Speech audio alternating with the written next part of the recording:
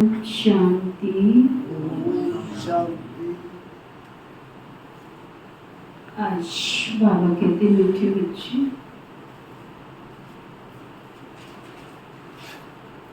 लक्ष्य को सदा सामने रखो।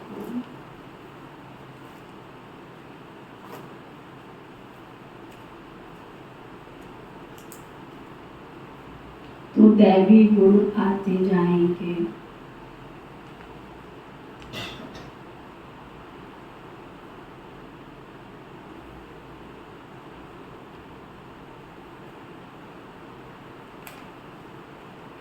अब अपनी संभाल करनी है।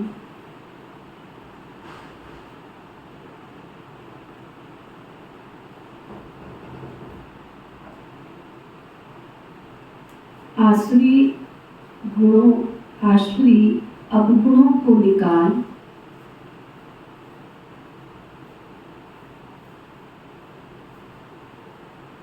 दैवी गुण धारण करने।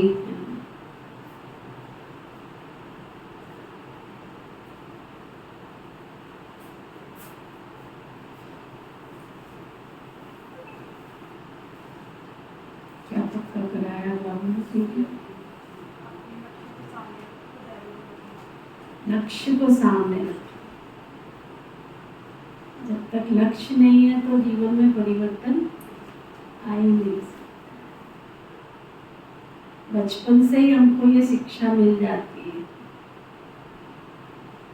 बच्चे ने जन्म लेना उससे पहले ही माता पिता उसका लक्ष्य निर्धारित कर देते हैं कि मैंने अपने बच्चे को क्या बनाना।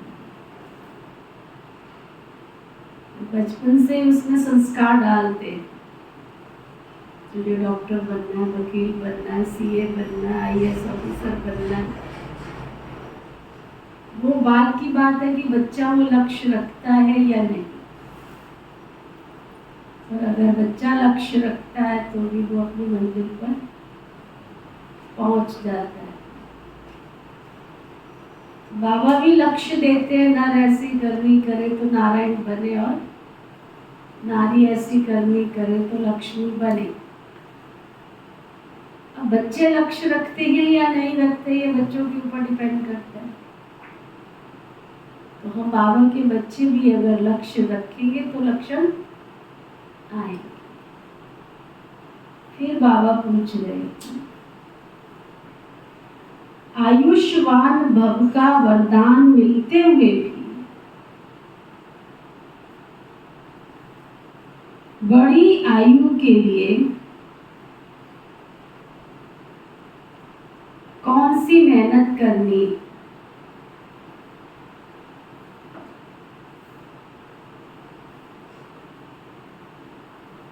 क्या पूछा बाबा ने? किस किस को आयु चाहिए? जो कहते हैं भगवान मुझे उठा ले, वो हाथ उठा। कोई भी नहीं हमारी क्लास में कि भगवान मुझे उठा ले? नहीं। अच्छा, लंबी आयु किस किस को चाहिए? अच्छा, सबको चाहिए। बड़े दुरंतर विद्वान हो गए। हाँ, बाबा के बच्चे हैं। बाबा के बच्चे इसलिए बड़ी आयु के लिए तमो प्रधान से सतो प्रधान बनने की मेहनत करो। अगर बड़ी आयु प्राप्त करनी है तो पहले तमो प्रधान से सतो प्रधान बनने की मेहनत करो। जितना बाबा को याद करेंगे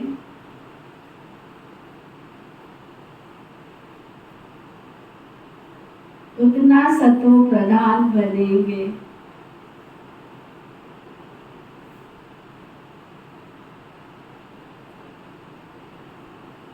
और आयु बड़ी होगी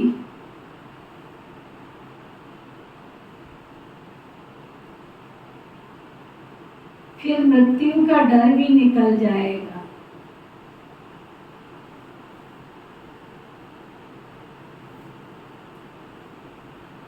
याद से दुख दूर हो जाएंगे।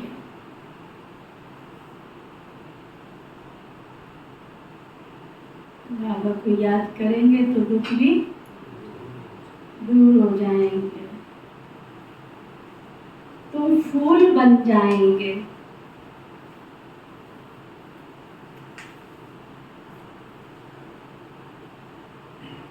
याद में ही गुप्त कमाई है।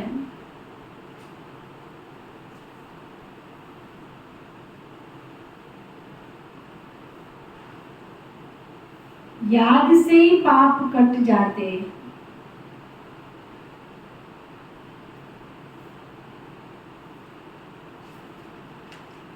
आत्मा हल्की हो जाती है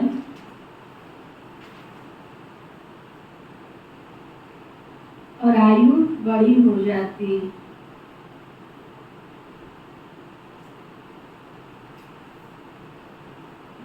बाबा के प्रश्न के उत्तर से क्या समझ में आया? सतो प्रधान क्यों बनने के लिए कहते हैं बाबा? अभी हल्का है कि हमारे को डर निकल जाएगा मृत्यु का। तो अब तक भी अनसर्टेनली युग में हम जी रहे हैं, फिर भी हम किसी से ये कहने की हिम्मत नहीं रखते हैं कि तुम जीते जी अपना हिसाब किताब कर लो, कल तुम मर गए तो ऐसे मत बोलो,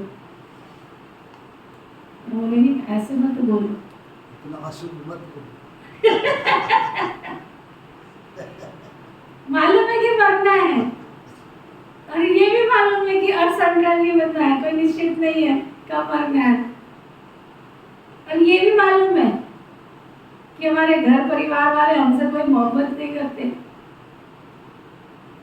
वो हमारी जायदाद के पीछे ही लड़ाई झगड़ा करेंगे। उनको ये नहीं पता कि घर में डेड बॉडी पड़ी है, उनको तो क्या दिख रहा है उस समय की प्रॉपर्टी को छोड़ के गया वो बंदा इधर से उधर ना हो जाए, पहले उसके खातों को सील कर देंगे कि कोई निकाल ना पाए, और जहाँ उसका अकाउंट होगा जो भी सामान होगा उसको ताला लगा देंगे, लॉक लगा देंगे, जिससे कोई वहां पहुंच ना पाए। डेड बॉडी के जेवर की लड़ाई होती है, उसके लिए भी लड़ाई होती है।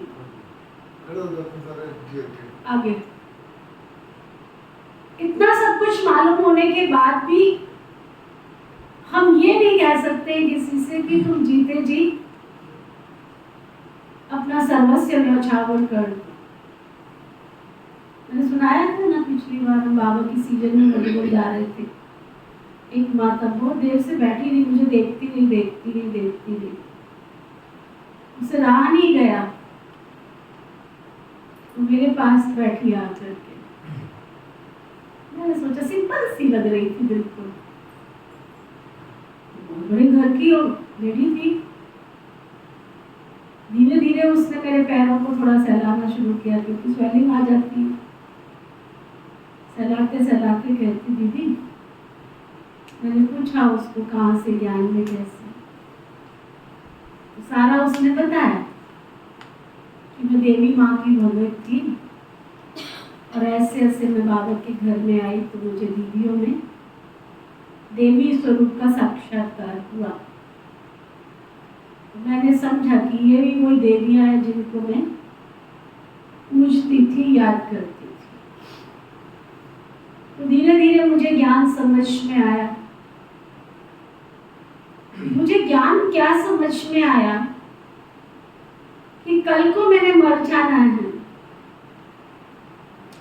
चले जाना है इस संसार से। 2.5-3 साल ही हुआ था उसको ज्ञान में चलते, कोई बहुत 20-25 वर्ष की या 50 वर्ष की ज्ञानी आत्मा नहीं थी। ये बड़े रॉयल घर की अच्छी सेवा भावना थी। कहती मैं आश्रम पे केवल इसलिए जाती हूँ कि मैं बाबा के घर की और दीदियों की सेवा करके आऊं।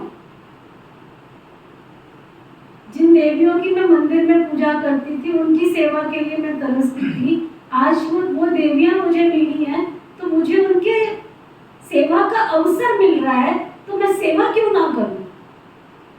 क्योंकि मेरे घर की कुछ ऐसी परिस्थितियां हैं, मैं मॉर्निंग क्लास नहीं कर सकती। जैसे ही सब ऑफिस चले जाते हैं तो सबसे पहले मेरा काम होता है, नाश्ता बाद में करूंगी, पहले मैं आश्रम को जाऊंगी और दीदियों की सेवा करके। और मैंने दीदी की नज़र से देखा ही नहीं है उनको। मैं यही सोचती हूँ कि वही देवियाँ हैं जिनको मैं ढूंढती। तो मैंने कहा ये आपने सारा सब कुछ क्यों उतार के रखा है? कहते दीदी मुझे बस सबसे बड़ा इस ज्ञान में ये बात अच्छी लगी कि जब लोगों ने मेरी डेथ होने के बाद, शरीर छोड़ने के बाद छीना झपटी करनी है तो मेरे शरीर को कोई टच भी ना करे अशुद्ध संकल्पों से। क्या? अशुद्ध संकल्पों से मुझे कोई टच भी ना कर दे। किसी को ये ख्याल ना आए कि इसके कान में पड़े ये उतार लूं, इसकी नाक में पड़ा ये उतार लूं, इसके गले में पड़ा ये उतार लूं, इसके पाँव में पड़ा इसको उतार लूं। मेरी बॉडी को कोई टच भी ना कर दे अशुद्ध संकल्प। मैंने बस उस दिन से सब कुछ उतार। मुझे किसी चीज की कोई आसक्ति नहीं है। मुझे सिर्फ अब दिखता है दीदियां और बाबा। दीदियों को मैं देवी के रूप में देखती हूँ, बाबा को शिव बाबा के रूप में। तो जिस शिव शक्ति का मैं दीदार करना चाहती थी, अब तो मुझे बस वही शिव शक्तियां नजर आती है और मुझे कुछ नजर नहीं आता। और मैं कहती हूँ उसने मेरी जो सेवा की ना टांगों की, मुझे बिल्कुल फील नहीं होने दिया कि मेरे पैरों में कोई स्वेलिंग आई है। मैं बिल्कुल बाबा के घर तक पहुंची, बिल्कुल फ्रेश थी, फ्रेश। बड़े अच्छे सुंदर तरीके से, पता नहीं कैसे उसके हाथों में शक्ति थी, क्या थी। कोई उसने तेल नहीं लगाया, कोई कुछ नहीं लगाया, बड़े प्यार से। अरे भाई थक जाएगी, छोड़ दे इसको। जो लगी वो शाम तक करती रही। रात को तो हमने कौन जा रही उसमें थे ना, बांद्रा में थे शायद, बांद्रा ट्रेन में, बांद्रा में थे ना, तभी तो रात को पहुंच गए ना। बहुत प्यार से। तो ऐसे भी बाबा के गुप्त पुरुषार्थी बच्चे, गुप्त पुरुष। लेकिन मैं जिस सीट पर बैठी हूँ तब मैं अपने आप से पूछती हूँ, आज की डेट में हम किसी को ये नहीं कह सकते हैं कि तुम ऐसा कर लो। दीदी ऐसे कैसे बोल रहे हो आप, हम मर थोड़ी गए। बाबा तो रोज कहता है बच्चे तुम मर जाओ ना, तुम मरे ही समान हो ना तुम, क्योंकि तुम्हें 1% भी वो चीजें बदन में जाके खींचेंगी नीचे। क्योंकि आत्मा तो सारा दृश्य शरीर छोड़ने के बाद देखती है। आप सोचो ना कि शरीर से आत्मा निकल गई है, आत्मा तो बॉडी के इर्द गिर्द घूमती रहती है, उसको सारा दृश्य दिखाई देता है कि आपके साथ क्या किया जा रहा है। और उस समय वो कुछ कर नहीं सकती, तड़पती। और जब वो तड़पते हुए जब दूसरे घर में जाती है, इसलिए आप देखो कई बच्चे बहुत शांत पैदा होते हैं और कई ना खुद चैन से रहते, ना जिनके द्वारा जन्म लिया उनको चैन से रहने देते हैं, ना घर वालों को चैन से रहने देते हैं। उठते बैठते रोने के अलावा कोई काम ही नहीं। क्योंकि जब तक बच्चा 1 साल का नहीं होता उसको पास्ट दिखता रहता, जब तक वो बोलना नहीं सीखता उसको पास्ट दिखता रहता है। और उस पास्ट की वो तड़फन उसको ना उठने देती है, न बैठने देती है, न जीने देती है। लेकिन वो कर तो कुछ भी नहीं सकता है। इसलिए बाबा पक्का कराते कि आत्मा को सतो प्रधान बना लो, कोई भी आसक्ति मन में ना रह जाए, कोई भी ऐसा संकल्प मन में ना रह जाए कि हाय मैंने तो ये सोचा था, मुझे ऐसे करना था, मैं ऐसे कर लेती तो वैसे हो जाता। मुगल निजात से हंस रही थी, मैंने कहा कल की बात है कि परसों की बात है, निजा लोग मरने के बाद बहनजियों के नाम की सौगात बांटते, क्योंकि लेटेस्ट 2 किस्से हो गए ना हमारे साथ, ताजी ताजी है ना। तो मैंने कहा मरने के बाद उनके नाम की सौगात बांटते। मैं तो अपने भाई बहनों को पूछ लूंगी कि तुम्हें क्या पसंद है। सौगात अपने हाथ से ही बांट दूंगी। फिर मैंने ये रिपीटेशन साथ में, हम जा रहे थे कल, तो मैंने की 8 मिनट, ऐसे मत बोलो दीदी, मतलब हमें मालूम है, फिर भी हमारी आत्मा उस चीज को सुनने के लिए क्या आती, इच्छुक नहीं है कि हम वो शब्द भी सुन ले, है ना। लेकिन बाबा क्या कहता है, बच्चे हर घड़ी को अंतिम घड़ी समझो। जून मास चल रहा है ना, मम्मा की हम ऐसी मीठी मीठी शिक्षाओं को कल सुनाया ना, किसने सुनाया, कल भानु चुराई ने सुनाया ना। मम्मा जब अम्बाला में आई तो कैसे आना, कैसे बाबा की इतनी आज्ञाकारी थी ना, लोग आके उसको भड़काते थे लेकिन फिर भी वो भड़कती नहीं थी। कितनी स्ट्रॉन्ग सोल थी वो, कितनी शक्तिशाली आत्मा थी। कई बार सुनाया है कि पार्टी जा रही है, बाबा बाय बाय कर रहे हैं और मम्मा को कहते हैं मम्मा जाओ हलवा बना के ले आओ। मम्मा रसोई में जाती, वो ये नहीं देखती कि पार्टी जा रही है। लोग रसोई वाले कहते हैं मम्मा आप ये क्यों कर रहे हो, पार्टी तो चली भी गई है। मम्मा कहती चली गई, मुझे उससे क्या लेना देना, वो जिसने मुझे ऑर्डर दिया वो जाने, मुझे इससे क्या लेना देना। कितनी स्ट्रॉन्ग सोल थी। हलवा बन के तैयार होता है ना, पार्टी चली जाती है, बस स्टैंड पर केवल बस इसलिए खड़ी है कि हलवा आना है। उनको पता नहीं है उस जमाने में कोई स्कूटर नहीं थे, कोई मोबाइल नहीं थे, कोई फोन नहीं थे, जो उनको कहा जाए कि हाँ तुम्हारे लिए हलवा बन के तैयार होके आ जाए, है ना। और पांडव भवन से जो आबू का, माउंट आबू का जो बस स्टैंड है, उसको पहुंचने में कम से कम अगर कोई दौड़ के भी जाए तो 20-25 मिनट लगते हैं, 25 से ज्यादा ही लगेंगे, आधा घंटा लगता है दौड़ के भी कोई जाए। आप सोचो, पार्टी गई, बस में भी बैठ गई है और वो भाई जा रहा है, हलवा बन के गया, डिब्बी गई है तैयार होके, ना, और वो बस खड़ी है वहां पे, भाई अंदर जाता है और जाकर के वो हलवा देता है। जो पार्टी गई उसकी आंखों में पानी, हमने हमारे लिए हलवा,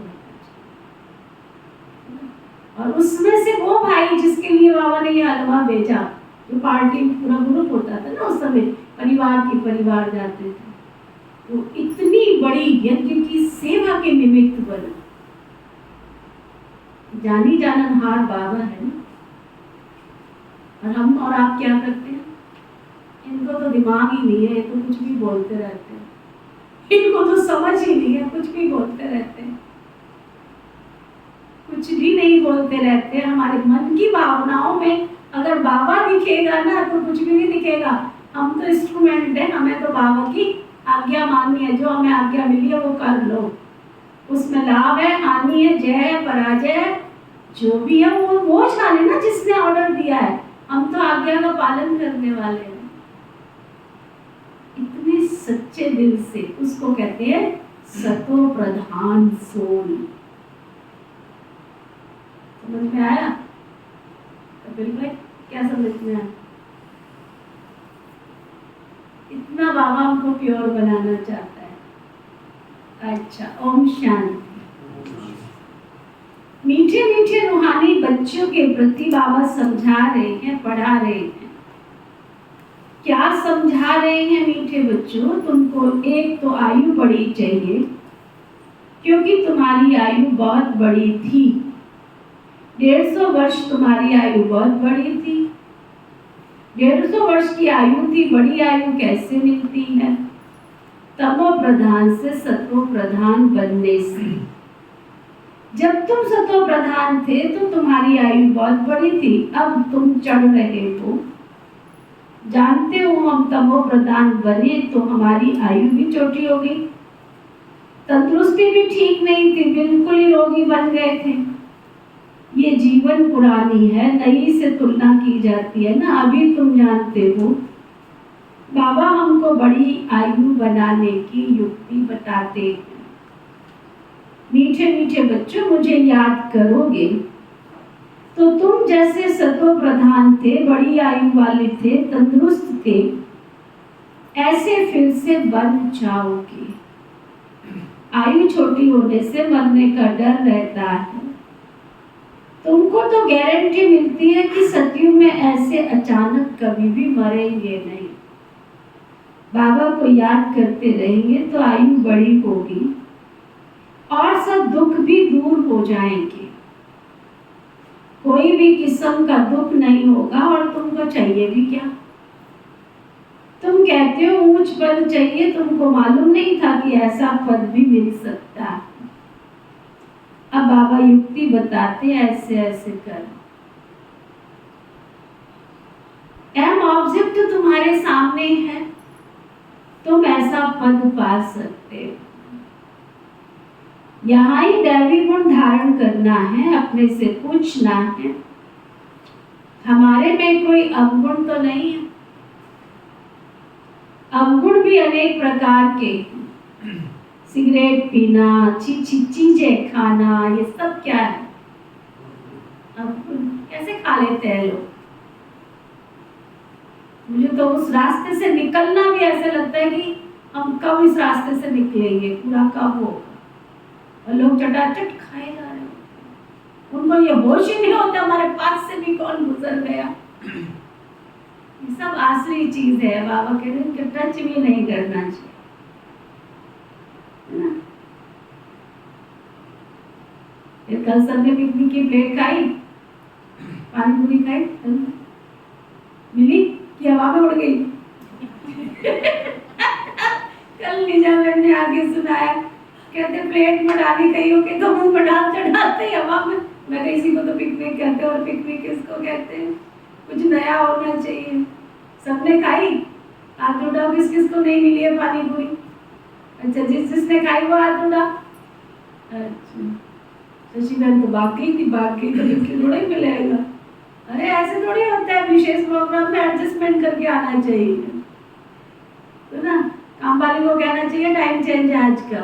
वो भी तो कभी कभी बोलती है कि नहीं बोलती है कि आज मेरे घर में ये है, मैं नहीं आ पाऊंगी। तो हम भी तो कह सकते ना आज मेरे घर में ये है तो थोड़ा टाइम चेंज करके आना। दूध वाले हैं तो दूध वाले को भी कह सकते पड़ोसी को इनके यहाँ दे जाना, थोड़ी सेटिंग करनी चाहिए। और रोज रोज तो पानी पूरी बनेगी नहीं, बनाने में बहुत मेहनत होती है भाई। पूरी तो अलग बात है, लेकिन उसका पानी बनाने का भी हर एक का हाथ में नहीं होती है सेटिंग, सब नहीं बना पाते। तो सबको पूरी पूरी मिली है ना? पानी भी मिला, पूरी भी मिली कि पानी पानी मिला? कपिल भाई हवा में कितनी उड़ी थी? उड़ते देख रहे थे।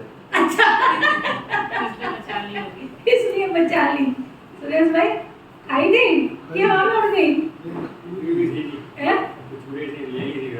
अच्छा, ले ली थी ना, ठीक है। ठीक है, मैं किसी को तो पिकनिक कहते हैं, उड़ी थी, एक दूसरे को देख के खुश तो हो रहे थे ना, खुश होने के लिए कुछ तो चाहिए ना। हंसराज भाई आप चले गए थे, आपकी फोटो सेशन हो रहा था, हमने क्लास में याद किया कि हमारा हंसराज भाई नीचे की बगिया संभालता है।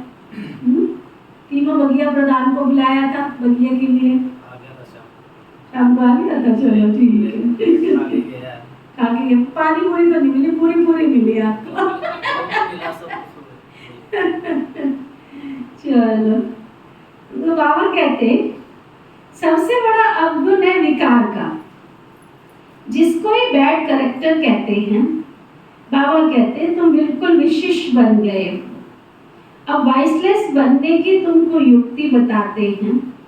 इसमें इन विकारों को, अवगुणों को छोड़ देना है, कभी भी विशिष्ट नहीं बनना है। इस जन्म में जो सुधरेंगे वही तो सुधार 21 जन्म तक चलेगा।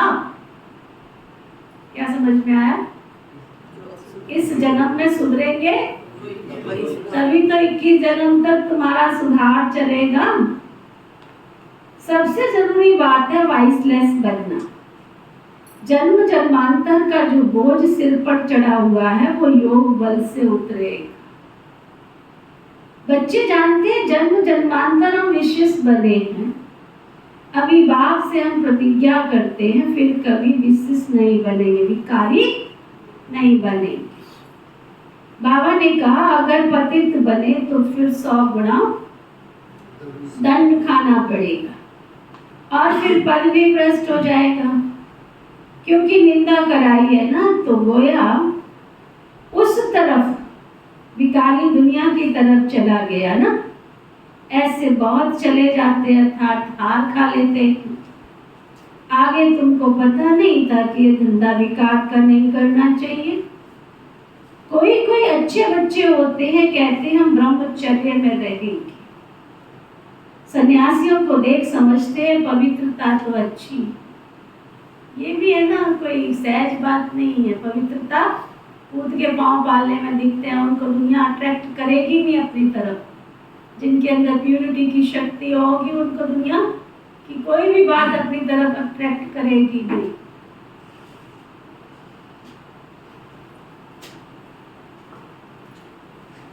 चलो बाबा के पास चलते हैं।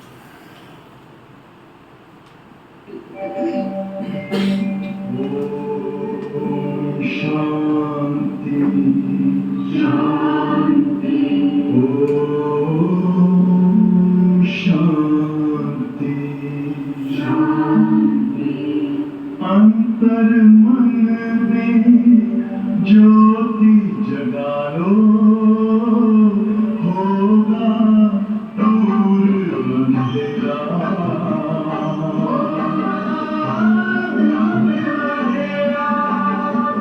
शिव का कर लो ध्यान, आ रहा पावन पुण्य सवेरा।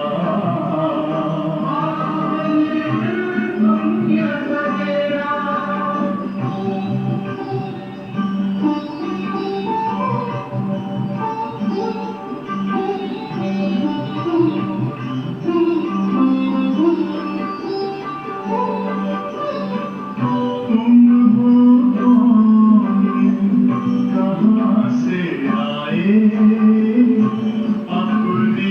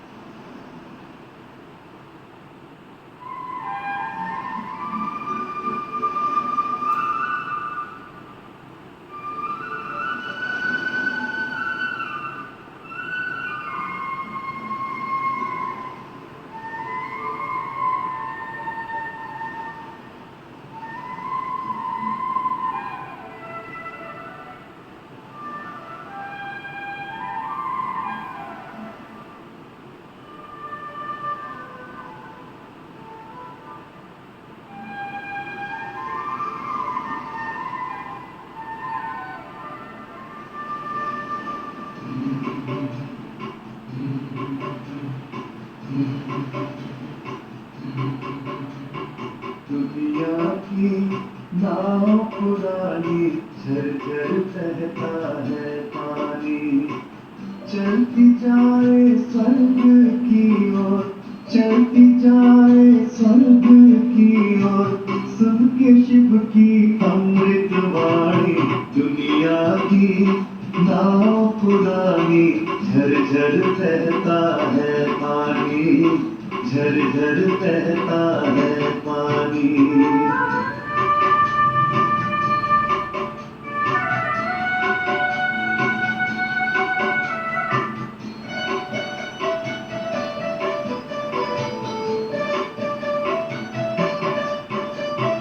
ज्ञान हिंडोले खाते खाते मिला स्वर्ग किनारा।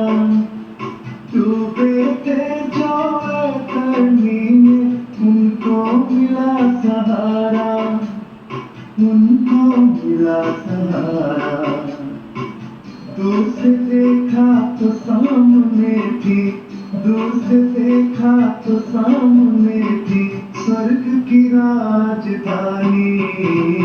दुनिया की नाव पुरानी, झरझर बहता है पानी। चलती जाए स्वर्ग की ओर, चलती जाए स्वर्ग की ओर, सुन के शिव की अमृत वाणी।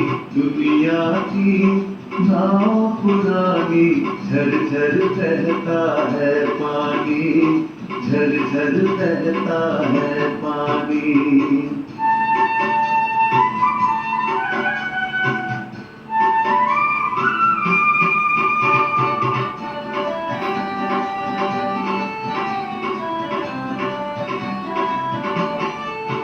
संगम की नाव में बैठने वाले लगे झूमने गाने।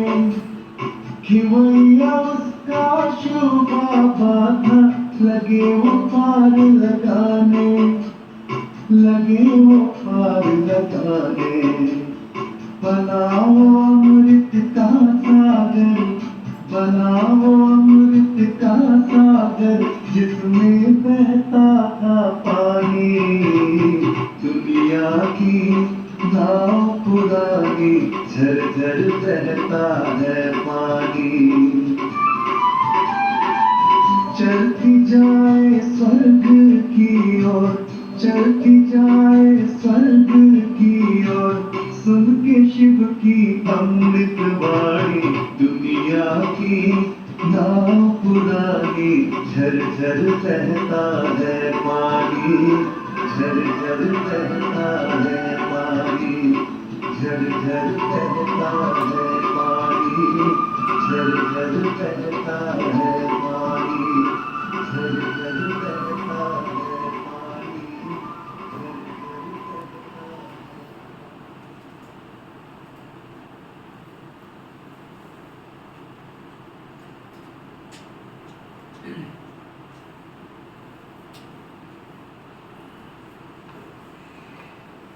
सतलुज की नाव में बैठे हो, सोच रहे हो किनारे पे खड़े हो क्या? बैठ गए हो? टूटी नाव में बैठे हो कि सजी नाव में बैठे हो? ऐसे ना हो ना बीच में टूट के दो टुकड़े हो जाए उसके। फिर एक नाव में पैर रखा बाहर और एक अंदर। बाबा कहते दो नाव में पैर रखोगे तो चिर जाओगे, बीच में ना इधर के रहोगे ना उधर के। इसलिए संगम युग की नाव में बैठो। बाबा कह रहे थे कई तो बहुत अच्छे अच्छे बच्चे होते हैं, कहते हैं हम ब्रह्मचर्य में रहेंगे। सन्यासियों को देखकर समझते हैं कि पवित्रता तो बहुत अच्छी है। सन्यासियों का भी संसार छोटा नहीं है। देखो कितने छोटे छोटे बच्चे भी आप देखो, उनका भी संसार कोई छोटा नहीं है। आजकल तो छोटी छोटी कुमारियों का बड़ा जोर चल पड़ा है। 6-6, 7-7 साल की कुमारियां देखो क्या भागवत करा रही है, क्या रामायण का पाठ करा रही है, क्या गीता सुना रही है। वंडरफुल सुना है सुनील भाई? जो मोबाइल में घूमते हैं उनको तो दिख जाता है। इतनी छोटी छोटी। हाँ इनको गॉड गिवन गिफ्ट होता है जी। हाँ, गॉड गिफ्टेड, पीछे पीछे जन्म से लेके आई है संस्कार। घूमती में यार वो जाकू आता है छोटी बच्ची वो क्या करती है? वो तो कुछ नहीं करती है अभी। देखो ना वो कहाँ से आए संस्कार लेके आई है प्रॉपर्टी के लिए, बाकी कोई कथा थोड़ी करती है। वो तो बच्चों की तरह घूमती रहती है, उसके अंदर तो कोई आर्ट दिखाई नहीं देता है अभी। कौन सा वो गीत गाती, ना गीत गाती है, ना डांस करती है, ना कविता गाती है, कुछ भी नहीं करती। वो तो बच्चों की तरह खेलती है। कि आप देखो कितनी छोटी छोटी सी, कितनी बड़ी पब्लिक देखो उनकी, 6 साल की कुमारियां सामने बैठ के कथा कर रही है। पब्लिक देखो कितनी, 1 लाख पब्लिक बैठी है उनके सामने। किशोरी है। हाँ, जय दया किशोरी। वो पहले बिल्कुल छोटी थी वो। हाँ बिल्कुल बिल्कुल छोटी थी। हाँ, और अब कहाँ से कहाँ पहुँच गई। कहाँ से कहाँ पहुँच गई। वो तो उसके माता पिता ने उनके ऊपर पूरी मेहनत किया। लेकिन जो आजकल जो मैंने 2-3 इंटरव्यू देखे हैं छोटी छोटी कुमारियों के, उनके तो बैग में माता पिता का भी ऐसा कुछ नहीं दिखाई दे रहा, अपने पुरुषार्थ से। और वाणी में तेज कितना है देखो, इसको कहते हैं विद कॉन्फिडेंस बात को बोलना। वंडरफुल। तो ये बैक संस्कार होते हैं, अंदर से प्रॉपर्टी, पीछे से पुण्य कर्मों की पूंजी लेकर आते, जिनको पवित्रता अपनी तरफ अट्रैक्ट करती है। बाबा की इतनी सारी ब्रह्मा कुमारियां जो सेवा केंद्र संभाल रही हैं, उनकी भी तो यही कहानी है ना, बैक प्रॉपर्टी लेके आई। पर नहीं तो इतनी चकाचौंध वाली दुनिया में कहाँ। आज हमारी मिर्जा बहन है, कह के कपड़े पहनना सिखाया, ये नहीं ये पहन लो, ये नहीं ये चप्पल पहन लो। ये अट्रैक्शन है ही नहीं है। किसको अट्रैक्शन कहते हैं? दुनिया की कोई अट्रैक्शन ही नहीं। मेरी छोटी वाली बहन है, देखो उसको, मतलब मैंने उसको देखा छोटेपन से लेके, मजाल है कि वो किसी के घर का पानी पी ले, और मजाल है कि वो कभी उससे इम्प्योरिटी का इतना भी संकल्प आया। ग्लोबल हॉस्पिटल में इतने कुमारों के बीच में रह करके पवित्र जीवन जी लेना, इतने सारे मधुबन में कुमार कुमारियों के बीच में स्ट्रॉन्ग बन के रहना, तो छोटी बात नहीं। तो ये बाबा वो बात कर रहे, पवित्रता भी कईयों को बहुत अट्रैक्ट करती है। ये नहीं आके हमने कहा हमारी मम्मी कह रही है शादी कर लो, मम्मी का जीवन है तो शादी कर लो। मेरे पापा नहीं मानते हैं, वो रोज भेज देते हैं। मन में लड्डू खुद के फूट रहे होते और पापा का नाम लगा रहे होते हैं। मन में लड्डू खुद के फूट रहे होते, मम्मी का नाम लगा रहे होते। मेरे मम्मी पापा नहीं मानते। खाओ जाके, दुनिया की गंद खाना है, तुम्हारी किस्मत में लिखा है तो धक्के खाओ, नहीं तो भगवान तो नई दुनिया स्वर्ग में ले चलने आया है।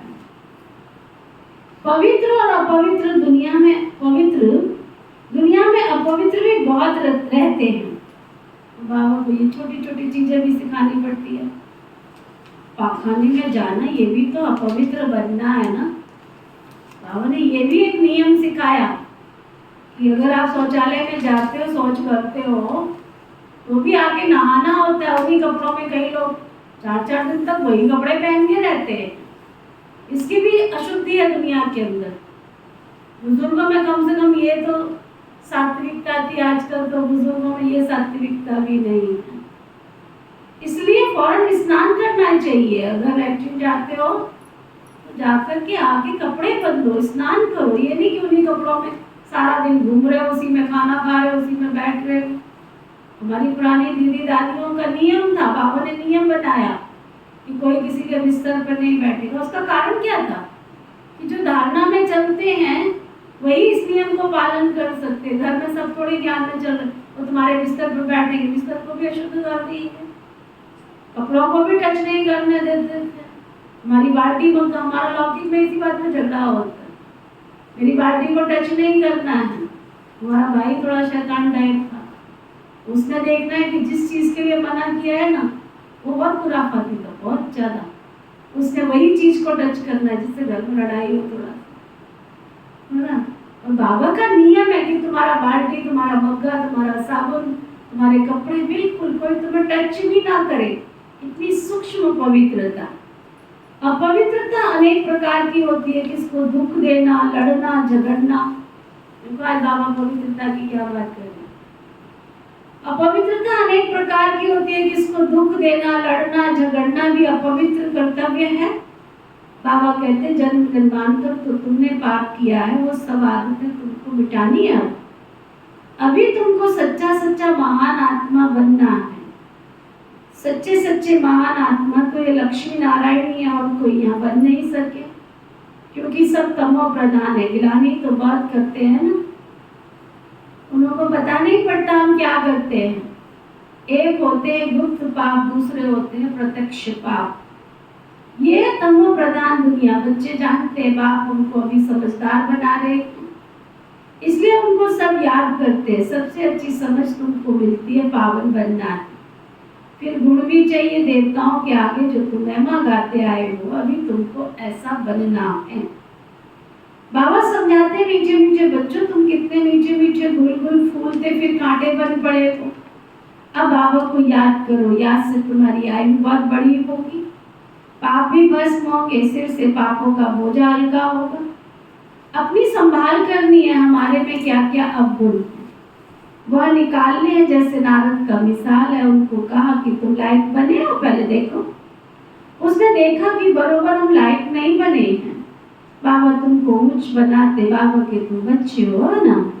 जैसे बाप का, जैसे कोई का बाप महाराजा होता है तो कहेंगे ना हमारा बाबा महाराजा है। बाबा तुमको बहुत सुख देने वाला है। जो अच्छे स्वभाव वाले महाराजा होते हैं ना, उनको कभी क्रोध नहीं आता है। अभी तो आहिस्ते आहिस्ते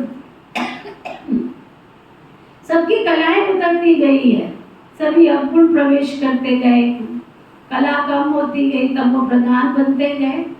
तमो प्रधान की भी अंत आकर के पड़ी है। कितना दुखी हो पड़े हैं, कितना तुमको सहन करना पड़ता है। अभी अविनाशी सर्जन तुमको दवाई दे रहे हैं। बाबा कहते हैं ये 5 विकार तो घड़ी घड़ी तुमको सताएंगे। तुम जितना पुरुषार्थ करेंगे बाबा को याद करने का, उतना माया तुमको नीचा गिराने की कोशिश करती है। तुम्हारी अवस्था ऐसी मजबूत होनी चाहिए जो कोई माया के तूफान तुमको हिला ना सके। रावण कोई और चीज नहीं है, कोई मनुष्य नहीं है। 5 विकार रूपी रावण कोई माया कहा जाता है। आसुरी रावण संप्रदाय तुमको पहचानते ही नहीं है कि आखिर में ये कौन है। ये ब्रह्मा कुमार कुमारियां क्या समझाते, रियलिटी में कोई जानते नहीं है। ये ब्रह्मा कुमार कुमारियां क्यों कहलाते, ये भी कोई नहीं जानते हैं। ब्रह्मा किसकी संतान है, ये भी नहीं पता है। अभी तुम बच्चे जानते हैं कि हम सबको अपने घर वापस जाना है। ये बाप बैठ तुम बच्चों को शिक्षा देते हैं, बच्चे आयुष्मान भव, पुत्रवान भव, धनवान भव। तुम्हारी सब मनोकामनाएं पूरी करने का बाबा इस संगम युग पर तुमको वरदान दे देते हैं। अपने को राज से लग देने के अधिकारी बनना है। बाबा अधिकारी बनाते, तुम बच्चों को शिक्षा देते, ऐसे ऐसे करो। पहले नंबर की शिक्षा है मामे कम याद करो। मनुष्य याद नहीं करते क्योंकि उनको जानते नहीं है, तो याद कहना भी रॉन्ग हो जाता है। कहते ईश्वर सर्वव्यापी है, फिर शिव बाबा को याद कैसे करेंगे। शिव के मंदिर में जाकर पूजा करते, तुम पूछो इनको आखिर क्वेश्चन बताओ, तो कहेंगे भगवान सर्वव्यापी है। पूजा करते, उनसे रहम मांगते हैं, मांगते हुए भी फिर कोई पूछता है परमात्मा कहाँ है, तो कहते सर्वव्यापी है। चित्र के सम्मुख क्या करते हैं, फिर चित्र सम्मुख नहीं तो कलाएं काया, कला भी काया चट हो जाती है। भक्ति में कितनी भूलें करते रहते, फिर भी भक्ति से कितना प्यार है। श्री कृष्ण के लिए कितना निर्जल आदि रखते हैं। यहाँ तुम पढ़ रहे हो, वह भक्त लोग क्या क्या करते रहते, तुमको अभी हंसी आती है। जन्माष्टमी के दिन लोग क्या करते, व्रत रखते हैं ना। जन्माष्टमी के दिन व्रत रखते हैं और घर में इतनी सुंदर सुंदर मिठाइयाँ बन रही होती है, देख करके मुँह में पानी भी आ रहा होता है, खाने का मन भी कर रहा होता है। और ही क्या क्या सुंदर सुंदर बनाते हैं ना उस दिन, नारियल पाक बनाते हैं, ड्राई फ्रूट का पाक बनाते हैं, कितनी सुंदर सुंदर चीजें बनाते हैं, सुना। और व्रत रख के बैठ जाते, मतलब खाने पीने के दिन भी व्रत रख के बैठ जाते हैं। और बाबा के घर में तो सारा उल्टा ही है। जिस दिन जन्माष्टमी होती है उस दिन कहते तुम चूरी का प्रसाद खाओ, और चूरी थोड़ी होती है वो, इतना उसमें ड्राई फ्रूट होता है, कितनी सारी चीजें होती ताकत वाली। बाबा के घर में तो जब दीपावली आती है तो कितना सबको खाने को मिलता है, वैरायटी भोग मिलता है ना। दुनिया में तो कितना सब कुछ उपवास नियम बनाए, ठीक है, शरीर के लिए रखते हो मैनेज करने के लिए तो अलग बात है। और ये ज्ञानचंद भाई उन्होंने मंगलवार का मन ठान के रखा, नहीं खाते, भी एक टाइम खाना खाते हो, शाम को एक टाइम खाना खाते, कई ऐसे पूरा दिन भी नहीं खाते, एक निर्जला, पानी भी नहीं पीते हैं, कितना बिल्कुल अपने अंदर पक्का रखते हैं। तो उनको हंसी आती है, ड्रामा अनुसार भक्ति करते करते कदम नीचे उतरते आए हैं, ऊपर तो कोई चढ़ न सके। अभी ये पुरुषोत्तम संगम युग है जिसका कोई को पता नहीं है। अभी तुम पुरुषोत्तम बनने के लिए पुरुषार्थ कर रहे हो। टीचर स्टूडेंट का सर्वेंट तो होता है ना, स्टूडेंट की सर्विस करते हैं, गवर्नमेंट सर्वेंट है। बाबा भी कहते हैं मैं सेवा करता हूँ, तुमको पढ़ाता हूँ, सभी आत्माओं का बाप है, टीचर भी बनते हैं, सृष्टि के आदि मध्य अंत का ज्ञान भी सुनाते हैं। ये ज्ञान और कोई मनुष्य में हो न सके, कोई सिखला न सके। तुम पुरुषार्थ करते हो कि हम ये बने। दुनिया में मनुष्य कितने तमो प्रधान बुद्धि है, बहुत खौफनाक दुनिया है। जो मनुष्य को नहीं करना चाहिए वो भी करते रहते हैं, कितना खून करते हैं, डाका आदि लगाते हैं, क्या क्या नहीं करते हैं। 100% तमो प्रधान बन पड़े, अभी फिर सतो प्रधान बनने का पुरुषार्थ कर रहे हैं। उसके लिए युक्ति बताई है, याद की यात्रा। याद से ही बच्चे विक्रम विनाश होंगे, बाबा से जाकर मिलेंगे। भगवान बाप आते हैं कैसे, ये भी तुम समझते हो। इस रथ में आए बाबा, ब्रह्मा के थ्रू सुनाते हैं, जो फिर तुम धारण करोड़ों को सुनाते हो, तो दिल होती है डायरेक्ट सुने। बाप के परिवार में जाए, यहाँ बाप भी है तो माँ भी है, बच्चे भी हैं, परिवार में आ जाते हैं ना। वह दुनिया तो आसुरी है, तो आसुरी परिवार से तुम तंग हो जाते हो, इसलिए धंधा आदि छोड़कर बाबा के पास रिफ्रेश होने के लिए आते हो।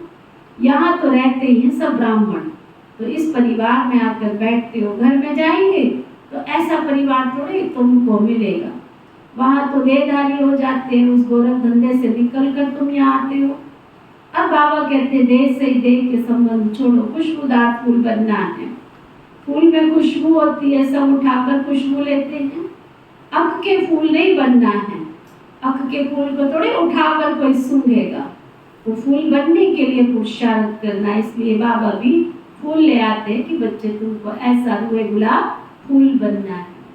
देखो मैं बैठ के सोच रही थी, तुम्हारा गार्डन कितना भी अच्छा हो, बहुत हरियाली हो, उसमें सब कुछ हो, हरे हरे पत्ते, सुंदर एवरग्रीन, कभी वो मुरझाते ही नहीं है। लेकिन अगर फूल नहीं हो तो, फूल नहीं हो तो उस गार्डन की महिमा होती है क्या? तो फूल तो एक भी नहीं है इस गार्डन में, पत्ते ही पत्ते है ना।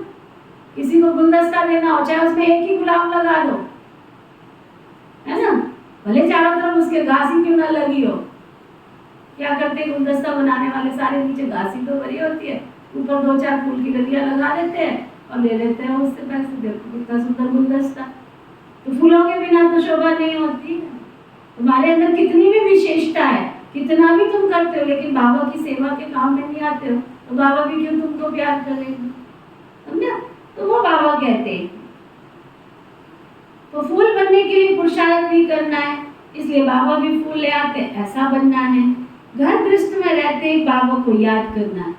एक और वंडरफुल बात, कोई भी फूल की पैदाइश कहाँ से होती है सुनील भाई? बिना झाड़ के, बिना झाड़ी के, बिना पत्तों के फूल की पैदाइश होती है क्या? कितनी वंडरफुल कहानी है ना। जिसने पैदा किया उसकी महिमा नहीं है, जिससे पैदा हुआ उसकी महिमा नहीं है ना। फूल जब खिल के बाहर आता है तो पत्ते पर नजर किसकी जाती है? किसी की नहीं, है ना। जाएंगे बगीचे में, देखेंगे वाह कितना सुंदर फूल खिला है, अरे पूरी झाड़ी भरी पड़ी है, उसने पहले पैदा किया, उसके बाद जाके एक फूल खिलाया उसने, है ना। तो बाबा कहते हैं ऐसे यहाँ तुम कितना आते हो, कितना सत्संग कर रहे हो, कितनी मुरली सुन रहे हो, कोई महत्व नहीं रखता है। बाबा के काम में कितना आते हो, अपनी विशेषता को बाबा की सेवा में कितना लगाया है, तो बाबा फिर महिमा करते कि ये बच्चा बहुत हवनहार है, खुशबूदार है ना। बाबा कहते ऐसा बनना है, घर गृहस्थ में रहते ही बाबा को याद करना है। तुम जानते हो ये देह के संबंधी तो खलास हो जाएंगी। तुम यहाँ गुप्त कमाई कर रहे हो, तुमको शरीर छोड़ना है, कमाई करके बहुत खुशी से हर्षित होकर शरीर छोड़ना है। घूमते फिरते बाबा की याद में रहो तो तुमको कभी थकावट नहीं होगी। बाबा की याद में आश्चर्य हो कितना भी चक्कर लगाओ, भले यहाँ से आबू रोड तक नीचे चले जाओ तो भी थकावट नहीं होगी, है ना। अभी भी लेटेस्ट एक भाई है मधुबन में, रोज का डेली नियम है उसका, डेली का नियम है।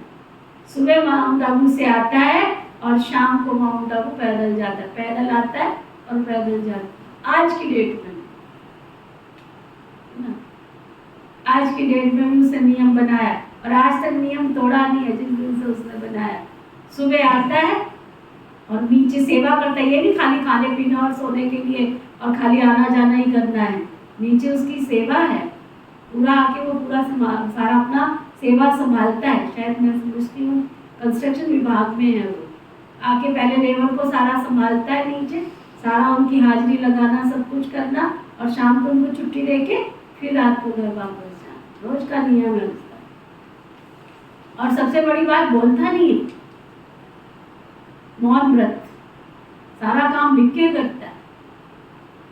एक दिन वो मेरे को मिला, क्योंकि मैं तो छोटेपन से जानती हूँ ना ऐसे पांडव भवन के भाई बहनों को, तो एक दिन वो मिला तो मैंने ऐसे ही पूछा, और कैसे भाई जी?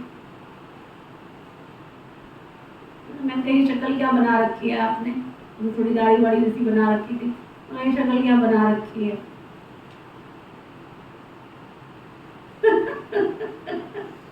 कईयों को क्या क्या लग जाता है पता ही नहीं चलता है, लेकिन रोज सुबह आता है, शाम को वापस जाता है। वंडरफुल। बाबा के बच्चों की कहानी विचित्र है। तो बाबा कहते हैं, तुम जानते हो ना, यहाँ तुम गुप्त कमाई कर रहे हो, तुमको शरीर छोड़ना है, कमाई करके अपने घर वापस जाना है। तुम भले यहाँ से नीचे आबू रोड तक भी जाओ तो थकावट नहीं होगी, पाप कट जाएंगे, हल्के हो जाएंगे। तुम बच्चों को कितना फायदा होता है और कोई तो जान न सके।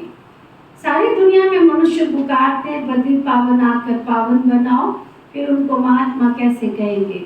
पतित को फिर माथा थोड़े टेका जाता है, माथा पावन के आगे झुकाया जाता है। कन्या का मिसाल है ना, जब भिखारी बनती है तो सबके आगे सिर झुकाती रहती है, फिर पुकारती है, एक पतित पावन आओ। अरे पतित बने ही क्यों जो पुकारना पड़े? सबके शरीर तो विकार की पैदाइश है ना, क्योंकि रावण का राज्य है। अभी तुम रावण से निकल आए हो, इसलिए कहा जाता है पुरुषोत्तम संगम युग। अभी तुम पुरुषार्थ कर रहे हो राम राज्य में जाने के लिए, सतयुग है राम राज्य। सिर्फ त्रेता में राम राज्य कहे तो फिर सूर्यवंशी लक्ष्मी नारायण राज्य कहाँ गया? तो ये सब बातें ज्ञान की अभी तुम बच्चों को मिल रही है। नए नए भी आते हैं जिनसे तुमको ज्ञान, जिनको तुम ज्ञान देते हो, लायक बनाते हो। कोई का संग ऐसा मिलता है जो फिर लायक से नालायक बन पड़ते हैं। कोई का ऐसा संग मिलता है, बाबा के घर में आते आते ऐसी गंदी दुनिया में चले जाते हैं। बाबा पावन बनाते हैं, फिर पतित बन जाते हैं। जबकि बाप आया हुआ है पावन बनाने। माया भी बड़ी जबरदस्त है जो पतित बना देती है, हरा देती है। फिर कहते बाबा रक्षा करो। बाप लड़ाई के मैदान में ढेर मरते रक्षा की जाती है क्या? ये माया की गोली, बंदूक की गोली से भी बहुत कड़ी है। काम की चोट खाई तो चढ़े तो चाके प्रेम रस और गिरे तो चकनाचूर। सतयुग में सब पवित्र दृष्ट धर्म वाले होते हैं जिनको देवता कहा जाता है। भी तुम जानते हो बाप कैसे आए, कहाँ रहते हैं, कैसे आकर राजयोग सिखलाते हैं, दिखलाते। अर्जुन के रथ पर बैठ ज्ञान दिया, फिर उनको सर्वव्यापी क्यों कहते हैं, है ना? बाबा कहते बाप जो स्वर्ग की स्थापना करते उनको भूल गए हैं, अभी वह स्वयं आकर के अपना परिचय देते हैं। अच्छा, मीठे मीठे सिकी लदे बच्चों प्रति माता पिता बाप दादा का यह प्यार और गुड मॉर्निंग रूहानी बाप की रूहानी बच्चों को नमस्ते। हम सब रूहानी बच्चों की दिल व जान सिख व प्रेम से नमस्ते नमस्ते नमस्ते जी। धारणा के लिए मुख्य सार, महान आत्मा बनने के लिए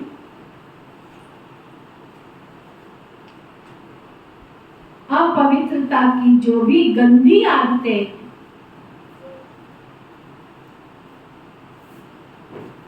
महान आत्मा बनने के लिए अपवित्रता की जो भी गंदी आदतें हैं वो मिटा देनी। दुख देना, लड़ना झगड़ना,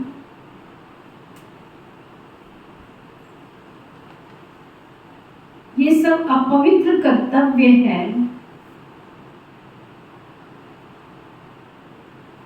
जो तुम्हें नहीं करने, जो अपवित्र कर्तव्य है वो तुम्हें नहीं करने हैं। अपने आप को राज तिलक देने का अधिकारी बनाना है।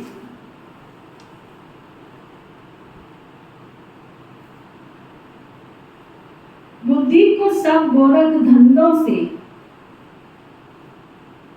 देहधारियों से निकाल खुशबूदार फूल बनना है।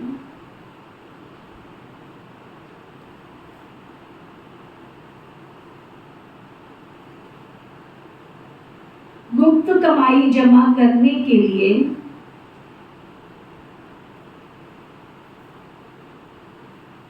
अंडरलाइन करना, गुप्त कमाई जमा करने के लिए चलते फिरते अशरीरी रहने का अभ्यास करना है। वरदान, सतगुरु प्यारे बाबा का वरदान, अपने शुभ चिंतन की शक्ति से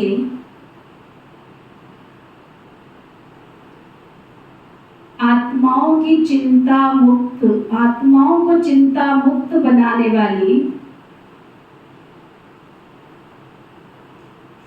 अपने शुभ चिंतन की शक्ति से आत्माओं को चिंता मुक्त बनाने वाली शुभ चिंतक मणि भव। कितना सुंदर वरदान दिया बाबा ने, ठीक है क्या? शुभ चिंतक मणि भव। पता भी है मणि का प्रकाश कितना होता है ना?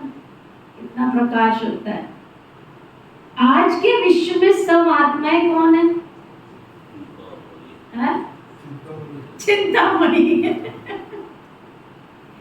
उन चिंतामणियों को आप शुभ चिंतक मणियां अपने शुभ चिंतन की शक्ति द्वारा परिवर्तन कर सकते हो। जैसे सूर्य की किरणें दूर दूर तक अंधकार को मिटाती हैं, ऐसे आप शुभ चिंतक मणियों की शुभ संकल्प रूपी चमक व किरणें विश्व में चारों ओर फैल रही है। इसलिए समझते हैं कि कोई स्पिरिचुअल लाइट गुप्त रूप में अपना कार्य कर रही है। ये टचिंग अभी शुरू हो गई है, आखिर ढूंढते ढूंढते स्थान पर पहुंच ही जाएंगे। लेकिन याद रखना, जब वो ढूंढते ढूंढते अपने स्थान पर यहाँ पहुंच जाएंगे तो तुम्हारे में एक भी राजा बनने वाला नहीं,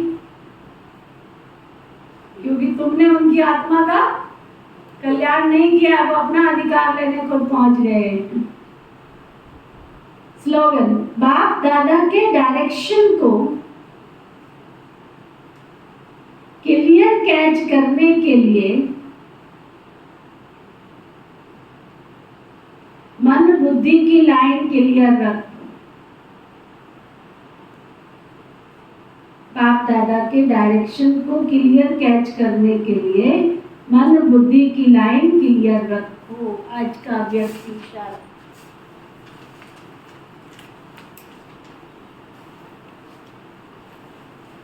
योग माना ही याद का अटेंशन।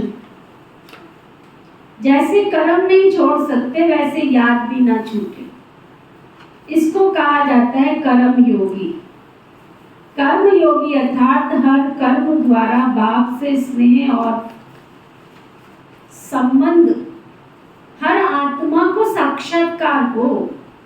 जैसे हल्की आत्माओं से स्नेह रखने वाली आत्मा के चेहरे और चलन से दिखाई देता है ना कि ये कोई स्नेह में लवलीन है, ऐसे हर कर्म बाबा के साथ स्नेही आत्मा का अनुभव कराए तब कहेंगे कर्म योगी।